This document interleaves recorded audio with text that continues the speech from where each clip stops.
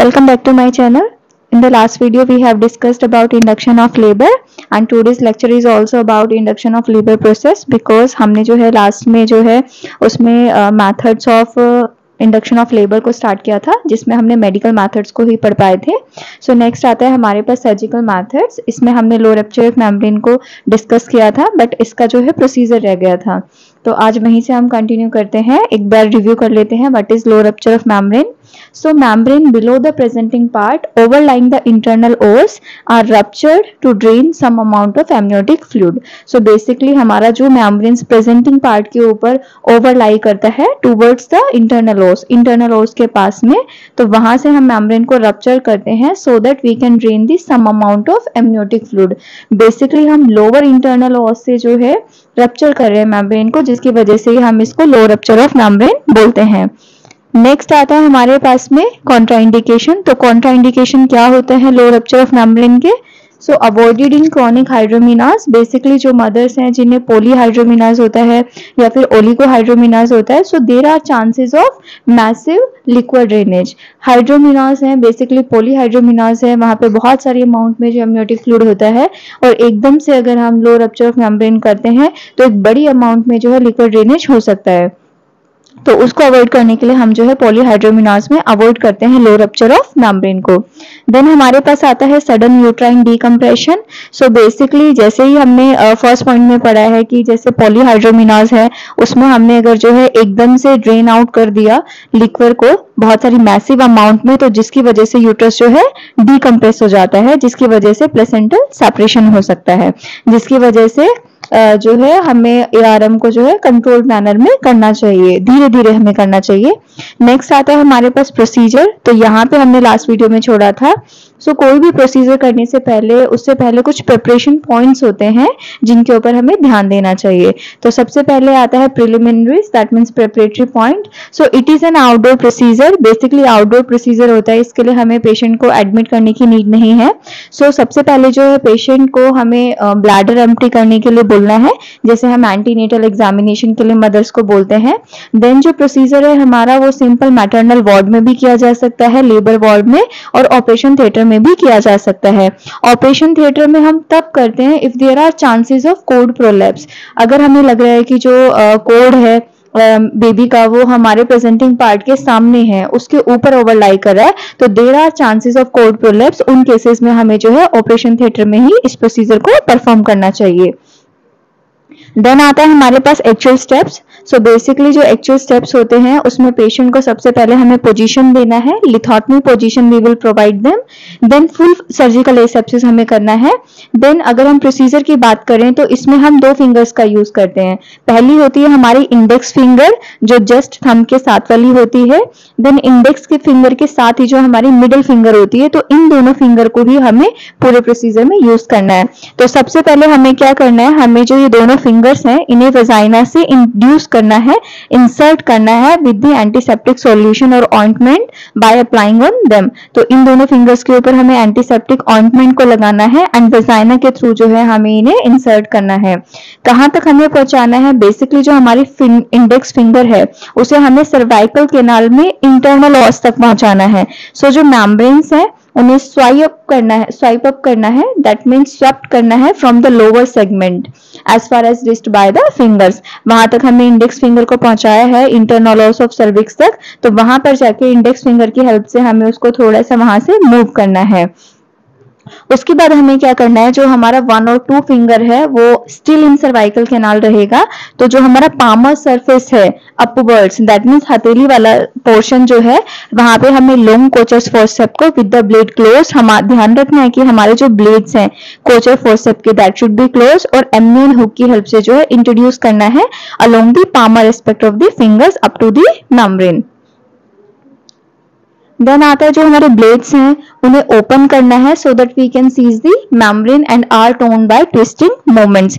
तो सबसे पहले हमने इसमें क्या किया है, हमने 2 फिंगर्स का यूज किया है, इंडेक्स फिंगर का जो थंब के साथ वाली है एंड इंडेक्स फिंगर के साथ में जो मिडिल फिंगर है, उन दोनों फिंगर के ऊपर हमने एंटीसेप्टिक सॉल्यूशन को अप्लाई किया है। देन हमने उन्हें इंड्यूस किया into the cervical canal up to the internal os of the cervix. वहां पर पहुंचाने के बाद हमें जो है इन फिंगर्स की हेल्प से मेम्ब्रेन को थोड़ा सा स्वाइप अप करना है, दैट मीन्स उसको थोड़ा सा मूव करना है।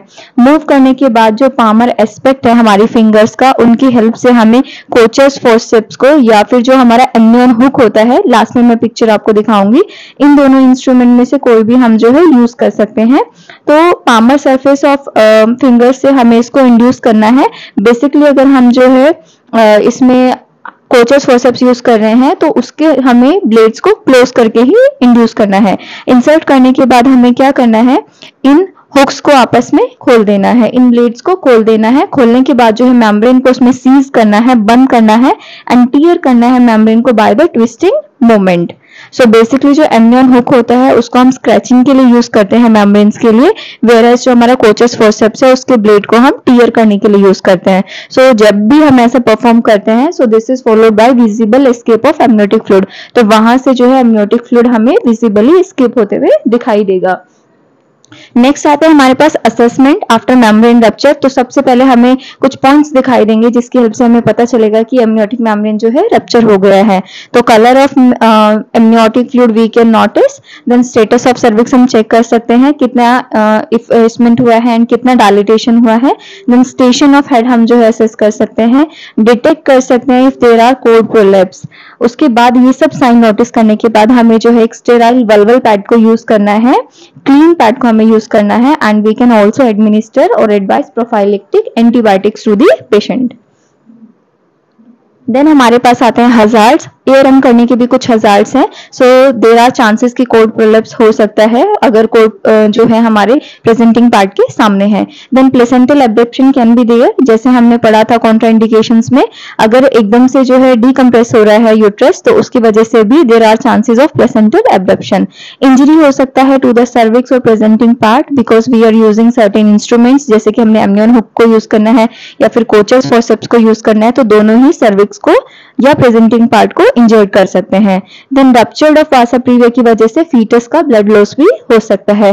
देन देयर आर सबसे ज्यादा कॉमन चांसेस होते हैं एमनियोनाइटिस के। So basically inflammation of amniotic membrane के चांसेस आर देयर इन्फेक्शन की वजह से। देन आते हैं हमारे पास सेकंड मेथड। तो पहला हमने पढ़ा आर्टिफिशियल रप्चर ऑफ मेम्ब्रेन, जिसमें हमने लो रप्चर ऑफ मेम्ब्रेन को सबसे पहले पढ़ा है। देन आता है striping the membranes. So striping कैसे करना है मेम्ब्रेन्स को, ये जो प्रोसीजर है बेसिकली जो हमारा लो रप्चर ऑफ मेम्ब्रेन है उससे पहले किया जाता है, आर्टिफिशियल रप्चर ऑफ मेम्ब्रेन से पहले किया जाता है, क्योंकि इसमें जो है हम टीयर नहीं कर रहे हैं, बस हम उसको थोड़ा सा मूव कर रहे हैं। तो स्ट्रिपिंग ऑफ मेम्ब्रेन का मतलब होता है, it means digital separation of chorioamniotic membrane. Digital separation करना है कोरियो एमनियोटिक मेम्ब्रेन्स को from the wall of the cervix as well as the uterine segment. तो कोरियो एमनियोटिक मेम्ब्रेन को अगर हम सेपरेट कर रहे हैं डिजिटली मीन्स हम उसे इनसाइड जो हमारे हार्मोन्स प्रेजेंट है वुमेन्स के, उससे ही उसको सेपरेट करेंगे। So it is thought to work by release of endogenous prostaglandins from the membranes and decidua. Endogenous मतलब जो इनसाइड दी बॉडी हमारे प्रेजेंट है, उनकी हेल्प से ही हम उनको ट्रिगर करते हैं कि जो वो प्रोस्टाग्लैंडिन रिलीज करें जो मेम्ब्रेन्स और डेसिडुआ है, दैट मीन्स हमारी प्रेग्नेंट एंडोमेट्रियम है, और उसकी हेल्प से हम जो मेम्ब्रेन को सेपरेट करें। देन आता है हमारा मैनुअल एक्सप्लोरेशन ऑफ सर्विक्स, जो स्ट्रिपिंग ऑफ मेम्ब्रेन में ही होता है। तो बेसिकली हम मैनुअली एक्सप्लोर करते हैं, बाय हैंड एक्सप्लोर करते हैं सर्विक्स ट्रिगर को, जिसको हम बोलते हैं फर्ग्यूसन रिफ्लेक्स। तो फर्ग्यूसन रिफ्लेक्स में बेसिकली क्या होता है, ये प्रमोट करता है ऑक्सीटोसिन रिलीज को फ्रॉम द मैटरनल पिट्यूटरी।